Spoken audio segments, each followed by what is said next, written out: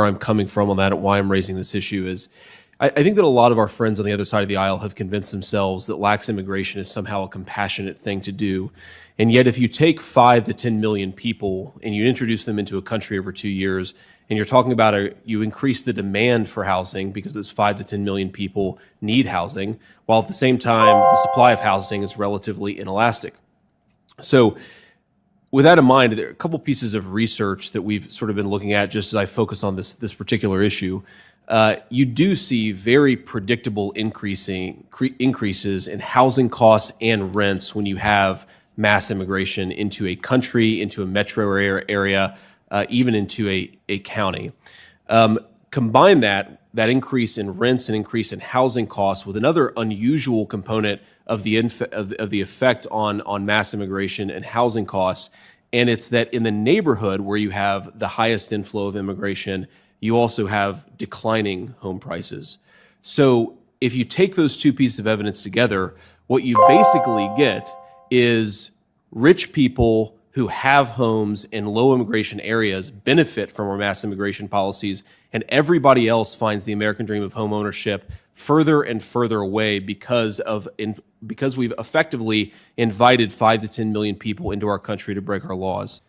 And it's only getting worse. It's just incredible. Many of them, as you know, are murderers, drug dealers, people from jails. They're letting their people out of jails and bringing them right into our country. We're like a dumping ground. What you're going to tell the committee, how much does illegal immigration cost us? Oh, I believe illegal immigration costs the taxpayers at a couple $2 billion per year at a minimum.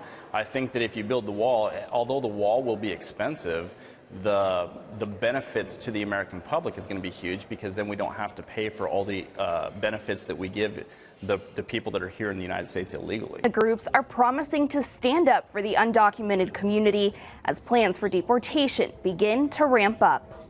We're working on training up our legal community so that we are all ready. Advocates who gathered on Zoom today say they worry the new Trump administration will try to work quickly. We need to continue to work on documentation and storytelling, because on both sides of the border, the narrative will be that these are criminals who are being deported, when these are moms and dads, just like me. At this point, politically unsustainable for the Biden administration to maintain this unlimited flow into what's essentially a welfare state network of cities like New York and Denver and Chicago.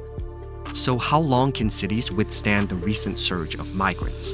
And what do they need to end the crisis? We have to first acknowledge that there is a crisis, because if you don't acknowledge a crisis, you can't be in a crisis mode. We have to be in a crisis mode. And this crisis is expensive. In 2018, New York City spent roughly $258 million to fund its immigration services, adjusted for inflation. By fiscal year 2023, the city had spent $1.47 billion servicing those seeking asylum. The city of Chicago spent over $194 million on its new arrivals mission since October 2022. Denver is estimated to have spent between $36.3 million to $39.1 million on migrant support services in 2020. Americans turned on their TVs in the early 1990s. One contentious issue was hard to miss: immigration. Is immigration good for America? The federal government won't stop them at the border. You spend $5.5 billion a year to support them. There's a right way and there's a wrong way. At the time, there were around 5 million undocumented immigrants in the U.S. And most Americans saw immigrants as a burden on the country, taking jobs, housing, and healthcare, and thought immigration as a whole should be decreased. Our country is invaded by immigrants who are like cancer cells. Andrew Kraft, we're switching gears to turn our attention to the southern border here. Take a look at some of this video. Well, this is what we know. There's been a lot of talk surrounding President-elect Trump's mass deportation plans. And now a new group of 1,500 people is headed to the southern U.S. border, reportedly trying to get there before Trump's second term begins. A record number of migrants crossing into the U.S., pushing resources to the limit in many American cities. Now hospitals are sounding the alarm, saying they're also overwhelmed, including some far from the border. Julia Ainsley has our report. Tonight, the border crisis surging. Officials telling NBC News there were over 200,000 illegal crossings at the southern border last month, and a record 3 million migrants crossed the border in the last year. Now, a new warning 1,000 miles away in New York City, where officials tell us resources are overwhelmed. Migrant hotel's actually right up over here. So that's how you know? That's how you know. Every room's full, or you have availabilities? No, it's all full. Get out of here.